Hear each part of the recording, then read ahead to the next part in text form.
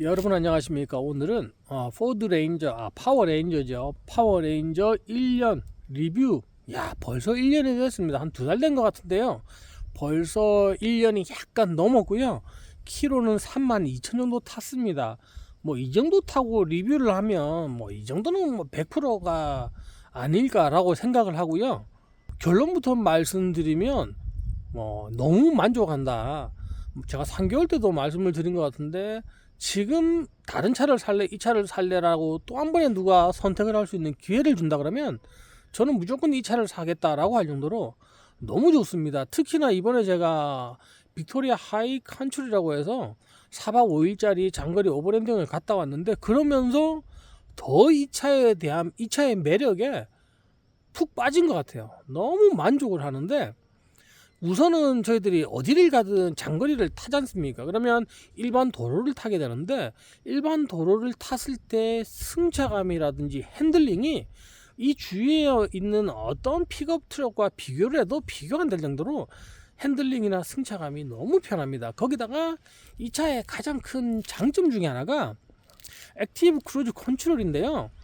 이게 너무 잘 먹습니다. 그러니까 앞차 가는 거 보고 컨트롤 딱 누르면 그냥 그대로 따라갑니다. 그대로 따라가는 거에 물론 좋은 차들 다 있겠지만은, 앞차가 완전히 멈추더라도 같이 멈추고 출발하고 다 하다 보니까 그냥 핸들만 딱 잡고 있으면 딴 데 정신을 팔아도 아무런 문제 없을 정도로 잘 잡아줍니다. 그러니까 액티브 크루즈 컨트롤 잘 되지, 핸들링 좋지, 승차감 좋은데다가 실내가 너무 조용합니다. 처음 타는 분들이 항상 하는 말이 첫 마디가 이 차가 휘발유 차입니까? 라고 물어볼 정도로 실내 정숙성도 너무 좋으니까 장거리를 탈 때, 특히 장거리를 오래 타고 집에 돌아갈 때 피곤하거든요. 근데 그런 피로가 확실하게 줄어든다는 거죠. 그렇게 봤을 때 이 포드 레인저 진짜 승차감이라든지 핸들링 너무 편하다, 장거리에 너무 어울린다. 그 정도는 한 3개월 탔을 때만 하더라도 제가 느꼈던 건데, 특히 이번에 제가 4박 5일 오버랜딩을 하면서 느낀 거는 로우 레인지입니다. 보통 저희들이 요즘엔 다 오토매틱 변속기가 있는 차량만 타다 보니까 그런 선택을 한다라는 게 조금 생소하실 수가 있는데요. 불과 10년 전만 하더라도 4W를 탄다 그러면 수동을 타야 되냐 자동을 타야 되냐 라고 생각을 할 만큼 그 변속기에 대한 생각을 신중하게 할 정도로, 나름 그때 당시에는 선택의 기로에 서는 품목 중에 하나였습니다. 그 가장 큰 이유가 오토매틱이 여러 면에서 너무나 편리하고 너무너무 좋은데요. 딱 단점 하나가 내리막입니다. 심한 내리막을 내려갈 때 최대한 브레이크를 적게 밟아야 되다 보니까 로우에 넣고 엔진 브레이크를 걸고 가야 되는데, 오토매틱 차량은 1단을 넣든 2단을 넣든 그냥 엔진 부하가 걸리면서 RPM이 3,000, 4,000 막 올라갑니다. 그러다 보니까 어쩔 수 없이 어느 정도 상황에서는 무조건 브레이크를 한두 번 이상 밟아줘야 됩니다. 그런 상황이 생기는데, 이 포드 레인저는 10단 오토매틱인데 1단으로 놓고 딱 내려가면 이거는 그냥 수동 변속기입니다. 어떠한 빅토리아 하이컨트리 아시는 분은 아시겠지만은 내리막이 끝없는 내리막 1km, 2km 막 내려갑니다. 끝없는 내리막인데, 짧은 내리막이면 힐 디센트 컨트롤을 키고 내려가면 되는데 그걸로는 도저히 안 되는 그런 내리막이 있는데요.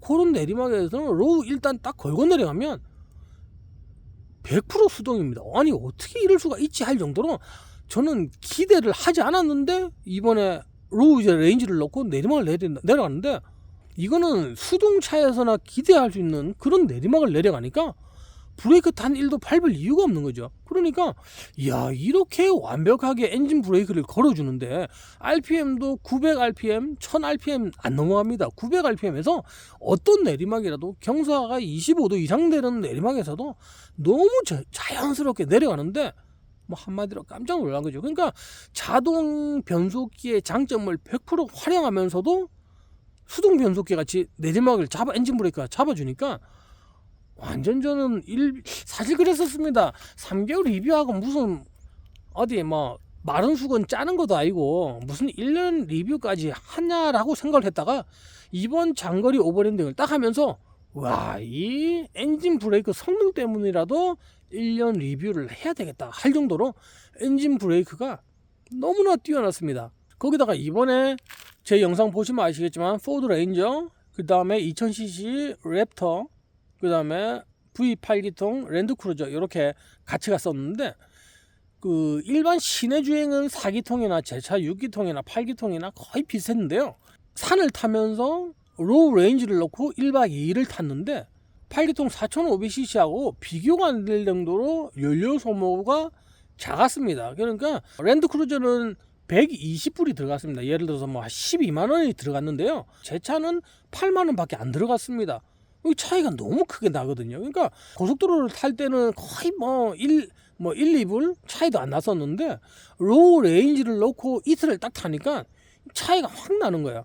그런데 2000cc 랩터하고 비교해서도 뭐 차이가 전혀 안 납니다. 그러니까 랩터도 80불 들어가고 제 차도 80불, 그러니까 8만원, 랩터도 8만원 들어갔는데 8기통은 12만원이 들어가는 거죠. 이게 장거리 오버랜딩을 할 때 로우 레인지를 넣고 아니면 4하이를 넣고 가더라도 비포장을 달릴 때는 오히려 연료 소모가 작고, 야, 이게 진짜 충분하게 힘도 충분히 넘치지만은 일반 도로에서 뿐만 아니라 오버랜딩에서도 편안하고 연료 소모도 작다 보니까 오버랜딩을 하기 위해서는, 물론 그렇습니다, 우리가 하드코어 오프로드를 한다든지 했을 때는 뭐 루비콘 하는 게 답이죠, 그죠? 하드코어 오프로드를 탄다 그러면 뭐 35인치 뭐 40인치 타이어 넣고 루비콘 같은 걸 타는 게 답인데, 그런 거보다는 저같이 적당한 오프로드를 즐기고 이런 멋있는 배경이 있는 차를 찾고 산을 돌아다닌다라고 할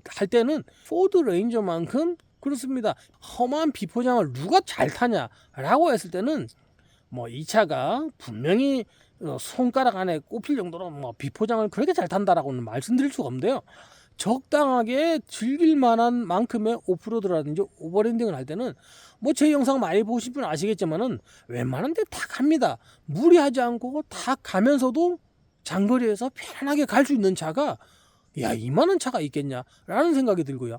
특히나 제가 이전에는 외건을 타고 다니다가 유트를 타는데, 외건을 타고 다니다가 픽업 트럭을 타는데 짐이 끝없이 들어갑니다. 짐이 끝없이 들어가는 건 물론이고 차에 전자레인지까지 설치를 해도 공간이 남을 정도거든요. 그러니까 SUV 이상으로 편안한 승차감을 주면서도 끝없이 짐이 들어가도 여유 공간이 남는 이런 적재함을 가진 차가 어디 있습니까? 그래서 야, 이 파워레인저만한 진짜 마음에 든다.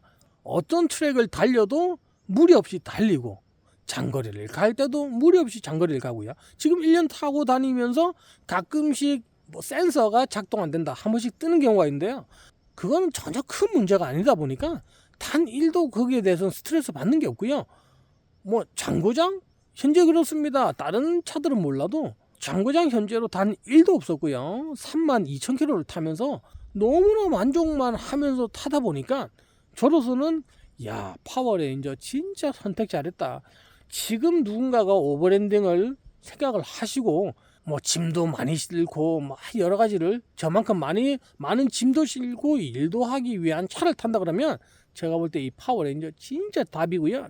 아니고 적당한 오버랜딩을 즐긴다 그러면 외건형, 아쉽게도 한국에는 없지만은 호주에서 산다라고 생각할 때는 에베레스트가 진짜 답이 아닌가. 너무 아쉬운 게 15년 전 테크놀로지인 프라도가 현재 에베레스트보다 배 이상 팔립니다. 솔직히 그렇습니다. 프라도가 더 비싸거든요. 몇천 불 더 비싼데 저는 솔직히 아니 실내를 봐도 그렇고 승차감을 봐도 그렇고 소음 뭘 봐도 도저히 비교가 안 되는데 왜 돈을 더 주고 15년 전 테크놀로지 장고장 없다?